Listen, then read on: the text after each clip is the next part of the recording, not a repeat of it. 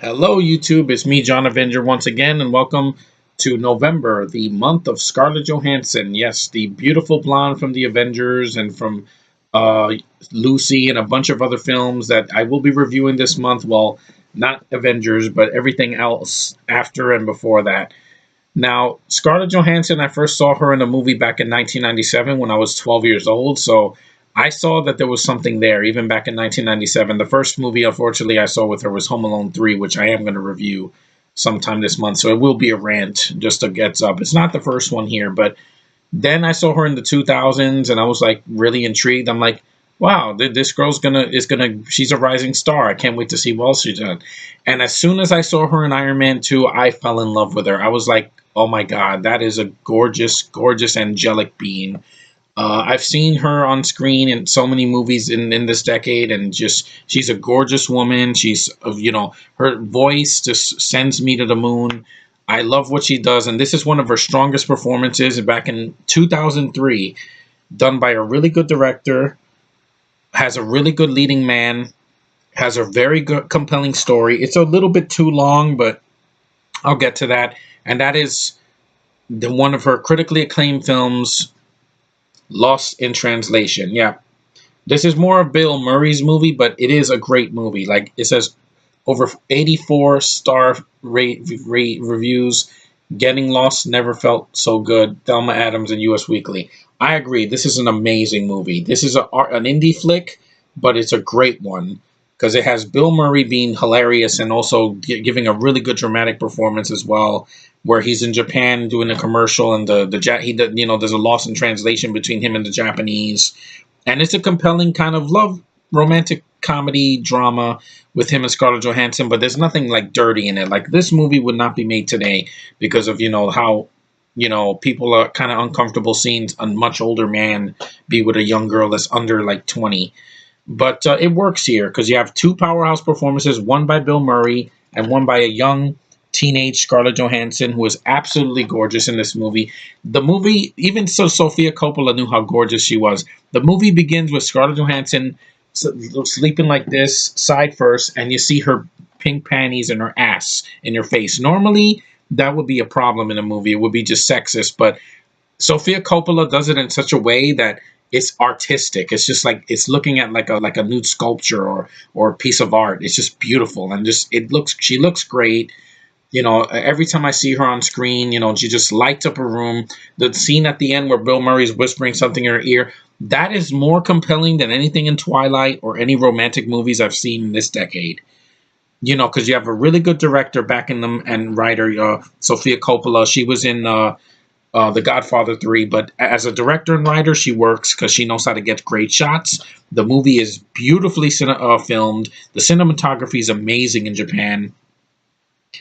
The film just looks fantastic. I love looking at the movie from the moment you see Bill Murray in the film in the commercial. It's just really well shot. It's in focus. It's really artistically made. This was deserving of Academy Awards because it's not some freaking 3-hour epic drama. It's an hour and 42 minutes. I have a problem with that. There's one problem I have with that running time. There are scenes in the film that could be cut out. Like, I didn't care about the scene where they go to the strip club and the Asian girls are dancing. I was like, this is kind of slowing the pacing of the movie. I didn't need that.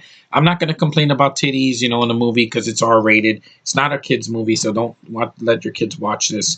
And there are some scenes that go on a little bit too long, like the scene where him and the Japanese guy here, not the game show, but, the director is telling him to be more intense with his performance. And I'm like, that scene kind of goes on a little bit too long because they're lost in translation. I'm like, put some subtitles or just don't let them talk that much to each other, the Japanese and Bill Murray or Scarlett Johansson. Also, there's a scene where she gets injured and she goes to the hospital and there's all this Japanese talk. Granted, I love Asian culture. Believe me, I do. But when it stretches out a scene, it's a little bit too much. The editing needed a little bit fixing here just to make the movie. At an hour and 35 minutes, it would have been a lot shorter. But it's a beautiful movie. It's a really well-acted movie. It's well-written.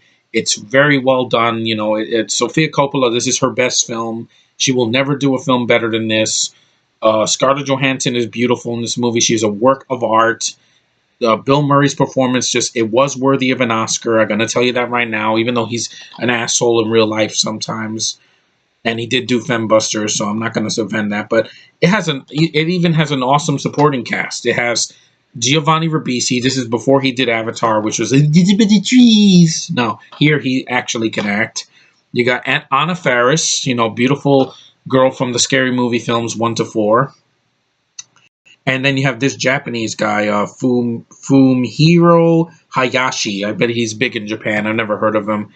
And I think Jeremy Sisto's in this movie as well. I don't remember if he is, but this is a well-made movie. See, this is a Scarlett Johansson movie not a lot of people have seen. It's a wonderful movie. It is great, and it has a couple of features here. I had a copy of this before, but it was scratched up and it didn't have the artwork.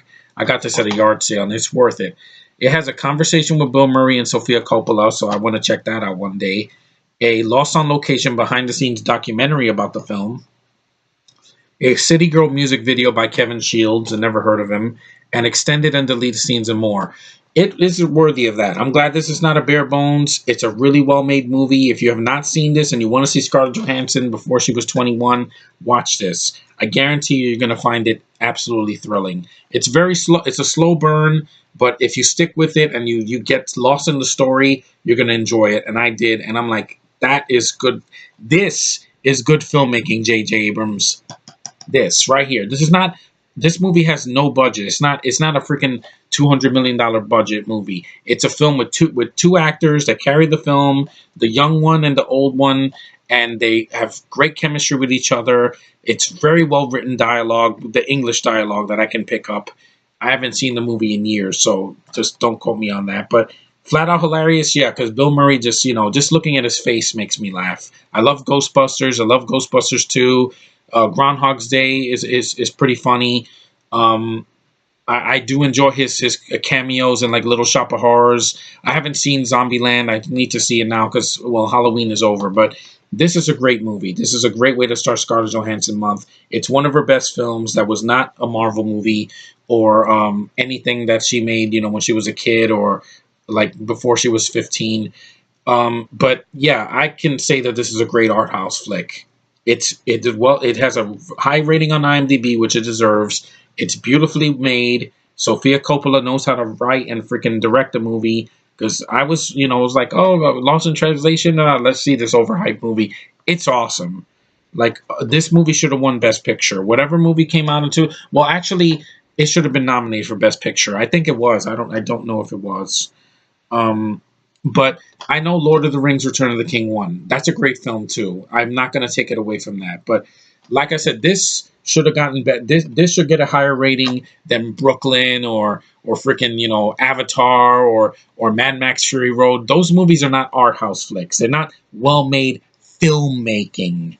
Not, let's do the computer and let's do everything in the computer digitally. No, this is real filmmaking. If you want to get to the real good filmmaking, you have to see indie flicks like this, art house flicks that are not 3 hours long. You can see some that are like an hour and 30 minutes, an hour and 40 minutes, or some are really short, actually. It's just well made. It's well made with cameras that work. It still holds up. Like, this is a movie that if it was released in theaters today, people would still watch it because it's well made filmmaking at its finest. It's got a great leading man that has been great for very many years. It's his best performance outside of, like the things he did in the 80s and the 90s. And, Scarlett Johansson, this is one of her finest hours. And people who say you can't act, watch this movie and get back to me. Yeah, you assholes with your glasses that say, oh, she's just a pretty face. She can't act. She's a model. She can't act. Blah, blah, blah. See this movie. See it. This is living proof that this woman was on her way to superstardom. And that's why we have her in that. And that. And that. Yeah. There's a reason that she's gone on to superstardom. She went from an unknown in the 90s to a rising star in the 2000s to a megastar in the 2010s, and she deserves every single second of it. And Bill Murray, still can give us good performances. I've heard St. Vincent was good, so I want to check that out. But Lost in Translation is really good. So that's all I can say. Anyway, thanks for watching. Thanks for liking, subscribing, and commenting. You guys are awesome. I really wanted to review that movie because it's one of her finest hours. And, all movies that she's made have at least something good in it. But next time, we're going to be reviewing something that's not so great that she did. But it was, you know, when she was young and it was badly written. So I'm not going to blame her about it. But this is a really good one. Watch it now if you haven't, because it is worth your time. Anyway, thanks for watching. Take care, and I'll see you in the next review.